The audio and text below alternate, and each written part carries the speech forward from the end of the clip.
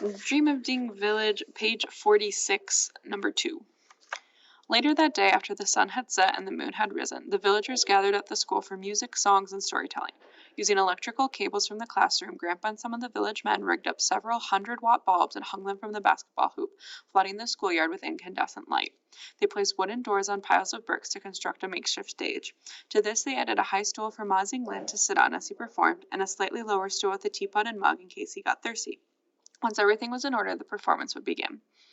Villagers crowded into the basketball court in front of the stage, both the sick and the healthy sitting cross-legged on the ground, eager to join in the fun and see what all the fuss was about. Nearly 300 villagers had turned out to see the concert. They filled the basketball court in the schoolyard like a flock of crows in a field. The sick sat towards the front near the stage. Those who were healthy, still untouched by the fever, sat at the back. The season was nearly over, and a late autumn chill had crept into the still night air. In Tule Village, Willow Hamlet, Yellow Creek, and other nearby villages, they felt it too. The late autumn chill had spread through the county, the province, and all across the plain. Some of the villagers who had come to see Ma Xinglin perform wore padded cotton jackets or had them draped over their shoulders. For those with the fever, catching cold was a vital concern. Already more than a few people in the village had caught a cold and died. Even the tiniest cold could be life-threatening for someone with a weakened immune system, and the sick villagers sat huddled in their padded coats as if it was the middle of winter. The schoolyard was a jumble of laughing, chattering people. They talked about the new medicine and the fact that the fever could now be cured with a single injection. They talked about their good fortune and traded words of consolation, each as fragile as the wings of a cicada. By now the moon had risen over the schoolhouse. Ma Xinglin sat on the stage, perched on a stool, clutching his fiddle.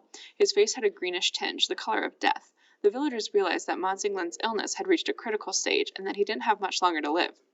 If the new medicines didn't get there soon, he would probably be dead within a couple of weeks. And yet if he could spend each day like this, playing his fiddle and singing his cares away, maybe he could alter his fate. Maybe the difference between life and death really was that simple. Maybe he would manage to hang on for a few more weeks or even a few more months, as long as he was willing to sing and the villagers were willing to listen. Grandpa emerged from his rooms with a thermos of hot water and 2 empty bowls. Anyone thirsty? He called to the people gathered in front of the stage. He even bent down to ask several of the elderly villagers if they wanted anything to drink. When everyone had assured him that they were fine and not at all thirsty, Grandpa placed the thermos and bowls in a corner of the stage and turned to the ailing Ma Xinglin. "Shall we get started?" Grandpa asked loudly. "The moon's already risen." "Let's begin," answered Ma Xinglin in his sing-song voice. With these words, Ma Xinglin was miraculously transformed. He began tuning his fiddle and confidently testing the strings. The instrument was already in perfect tune, and he knew it. Everyone knew that his white hair, scabby skin, and purplish lips and guns were bad omens, signs that death was near. But as Ma Xinglin started to play, his face regained some color, a glow that seemed to come from deep within. He smiled at the villagers and then, composing his expression, drew the bow across the strings of his fiddle. He looked as cheerful as a rosy-cheeked young man preparing for his wedding. Even the sores on his face glowed red beneath the stage light, like tiny spots of brightness. The blood seemed to have returned to Ma Xinglin's darkened lips, turning them red again. Eyes half closed, he bobbed his head in time with the music, playing only for himself, as if the audience didn't even exist. The fingers of his left hand moved up and down the neck of his instrument, now slowly, now more quickly. With his right hand he drew his bow back and forth between the strings, now quickly, now slowly again. The sound that emerged was like water flowing across parched desert sands, clear and cool, but with an undercurrent of stifling heat, hot and prickly, but with a promise of something fresh and clean. After nodding a few times, Ma Xingling announced that he would open with "Words on Leaving Home," a ballad known to all the villagers. He cleared his throat and began to sing. "A son left home to journey far away. His mother summoned going to the village gates. Her words fell light upon his ears, proved worth their weight in gold.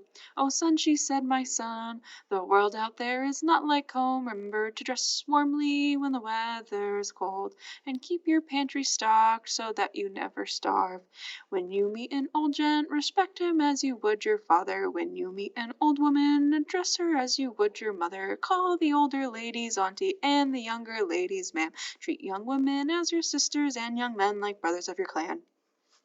When Ma Xinglin had finished singing the song, he launched into another about Ma Guinying, the famous female general of the Song dynasty. He sang about Cheng Yayin, a salt merchant who had led a peasant uprising during the Sui dynasty. He recounted the adventures of the 3 knights errant and the 5 sworn brothers and other well-known heroes from Chinese history. As Ma Xinglin basked in the glory of being on stage, the villagers became conscious of small details they had forgotten about him. For one thing, Ma Xinglin had never had a talent for remembering lyrics. As a young man, he'd failed to master the big book of lyrics and librettos that all students of human folk opera were required to memorize. Although he had been an enthusiastic student, his inability to memorize lyrics and his tendency to play and sing off-key had led his operatic master to dismiss him from the theater troupe. Thus deprived of a professional career, Ma Xinglin had spent a lifetime singing and playing his three-string fiddle in the confines of his family's courtyard. That night, before an audience of 300 people, was no different. Ma Xinglin had not still mastered that big book of lyrics and librettos. Unable to remember all the words, he simply sang the passages he could remember. Fortunately, those he remembered were the best ones. Ma Xinglin performed well-lived songs, extracts from his favorite plays, and bits from operas. Not only was it his first time performing for the villagers, it was the first time he'd played on a real stage. It was his first proper performance, and perhaps his last. For all these reasons, and because Grandpa had gone to so much trouble to arrange the concert, Ma Xinglin put forth all the passion and concentration he could muster. He stood straight and tall, his head held high. He sang with half-closed eyes, seeing no one, completely immersed in his music. As the fingers of his left hand danced up and down the strings of his fiddle, he drew the bow in his right hand back and forth. Although his voice was a bit raspy, its coarseness was like a piece of salt in a pot of pork bone soup. It only made the broth seem tastier. He sang in the local dialect, and his audience could understand every word. He sang about generals and rebels, robbers and heroes, and real-life characters from Chinese history, all of whose names were known to most of the villagers, at least the older ones, and whose faces often decorated colorful Chinese New Year posters. Although these characters had lived hundreds, even thousands of years ago, their adventures were as familiar to the villagers as if they'd happened yesterday. For those who knew the stories already, hearing Ma Xinglin perform was like eating from only the finest dishes at the banquet.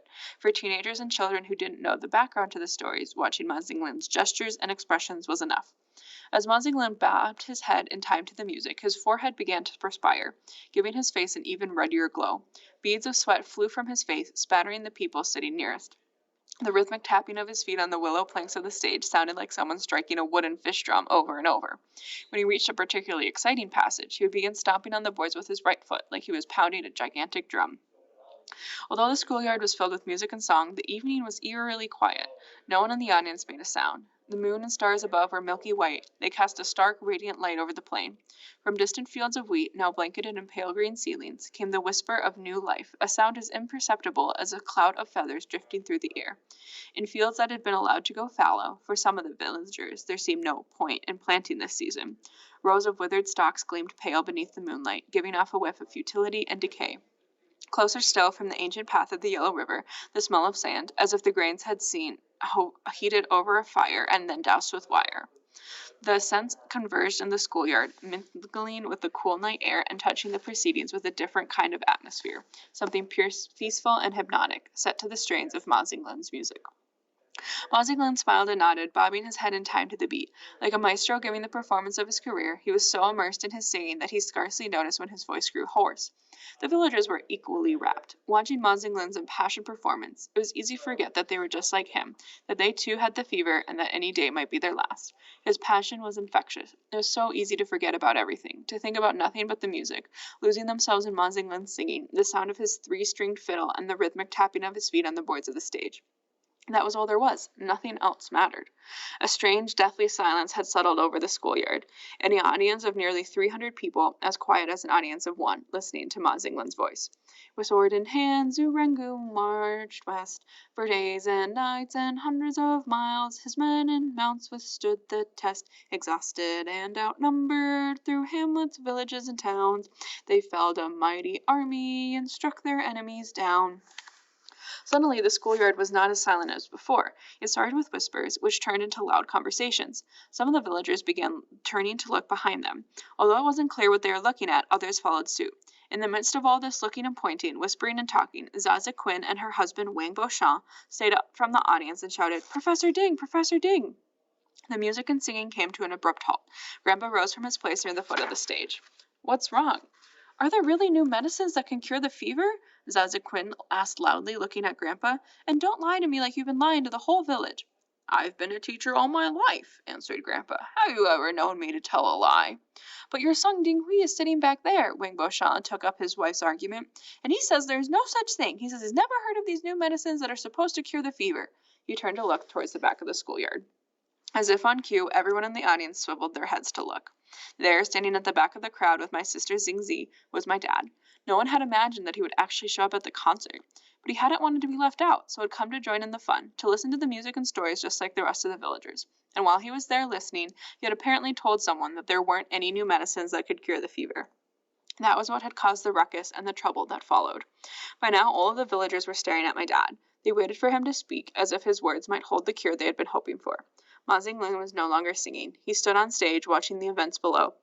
The silence that followed was deafening, the sort of silence one hears after the fuse has been lit on a bundle of dynamite or a keg of gunpowder. The villagers seemed to be holding their breath as if the slightest exhalation might set off an explosion. They stared at Dad and Grandpa and waited to see what would happen. They waited for the explosion and the aftermath. My dad spoke first. "What's the point in lying?" he shouted over the heads of the crowd. "Why don't you just tell them the truth? There aren't any new medicines." Once again, all eyes turned to Grandpa. Grandpa said nothing. He stood stiffly, staring back at the villager, and then, skirting the edge of the audience, he began walking towards my dad.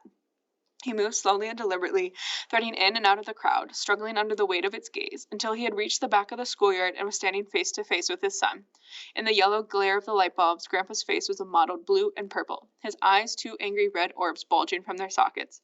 As he glared at his son, he clenched his fists unconsciously and chewed at his lower lip, raking it with his teeth. Dad stared back at Grandpa, his face impassive, daring him to do his worst. Father and son stared at each other coldly, stubbornly, neither willing to back down.